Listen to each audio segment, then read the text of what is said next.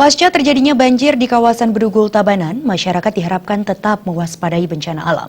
Terlebih wilayah Kabupaten Tabanan secara geografis menyerupai pegunungan, sehingga tanah longsor dapat terjadi kapan saja.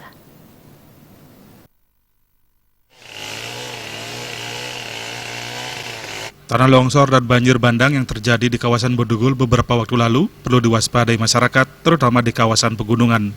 Resiko bencana meningkat seiring berkurangnya kawasan resapan air maupun penahan air akibat tingginya alih fungsi lahan.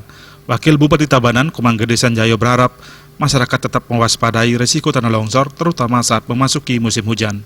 Selain itu, hal yang tidak kalah penting dilakukan adalah menjaga kawasan resapan air di hulu yang menjadi penyangga dan penahan air di hilir.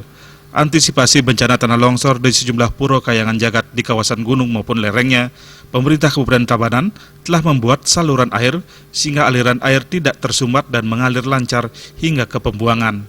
Kami pun sudah sering mengimbau kepada camat, kepala desa, kepada stakeholder khususnya desa Pakraman bagaimana menjaga hulu ini, hutan ini sehingga tetap lestari. Apalagi kita punya hamparan pura-pura ratusan di lereng-lereng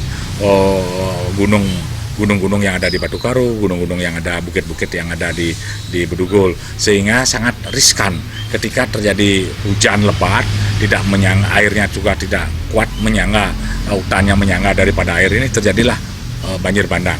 Nah, inilah yang memang menjadi pemikiran kita di Kabupaten Tabanan ini, gimana ke depan tidak terulang lagi, sehingga saluran air kita buatkan sehingga tidak, kalau ada hujan lebat pun ada air bandang tidak akan menabrak daripada tempat-tempat suci, tapi melaluilah hilir-hilir yang memang nanti air itu bisa dilalui.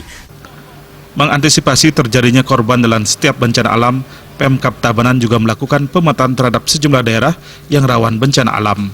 Terima Bali TV.